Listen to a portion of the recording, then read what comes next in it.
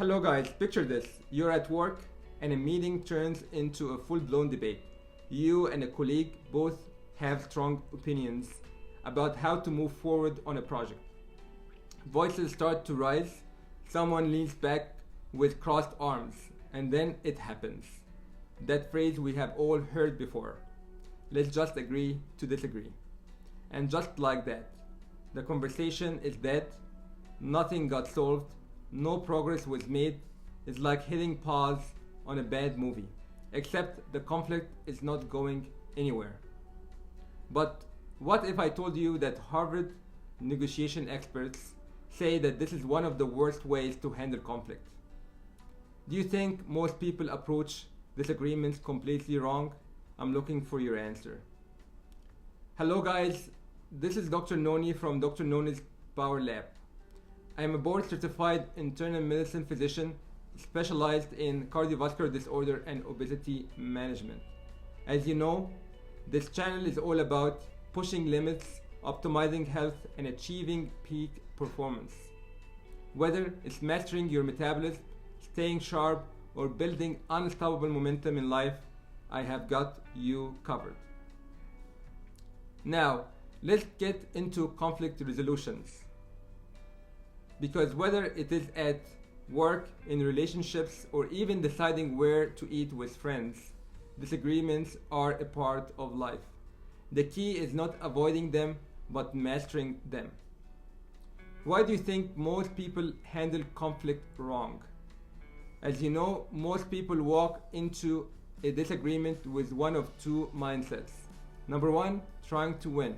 They come armed with facts, stats, and a PowerPoint in their head, ready to demolish the other person's argument. Number two, seeking compromise too soon. They rush to find middle ground, even if that means settling for a mediocre solution. But here's what Harvard negotiation expert Robert Burdon and behavioral neurologist Joel Salinas argue.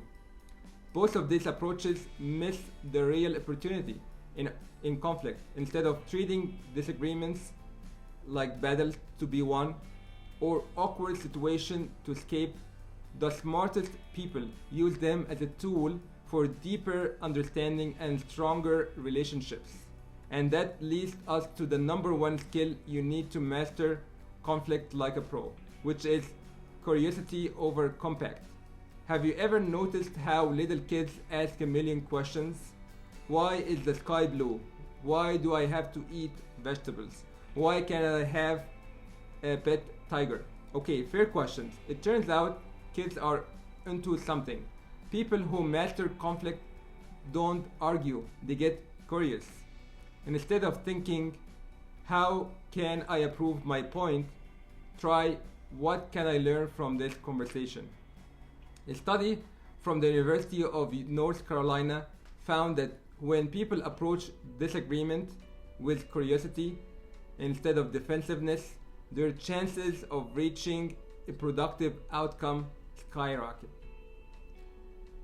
Imagine you're in a work debate about a new strategy. Instead of jumping in with that won't work, try this instead. I see you feel strongly about this approach. What led you to that conclusion? That one question does two powerful things. Number one, it makes the other person feel heard and respected. Number two, it gives you valuable insight into their reasoning, which could lead to a better solution. Now the question is, how do we apply this in our real life?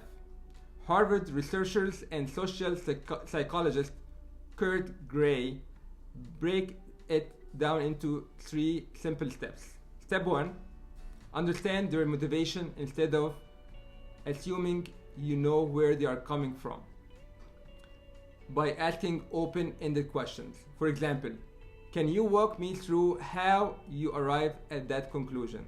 This shifts the focus from I'm right, you're wrong to let's figure this out together. Step 2. Validate their perspective.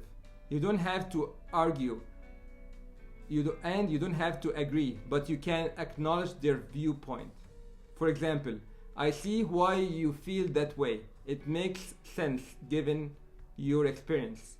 This lowers defenses and keeps the conversation productive rather than turning it into a debate.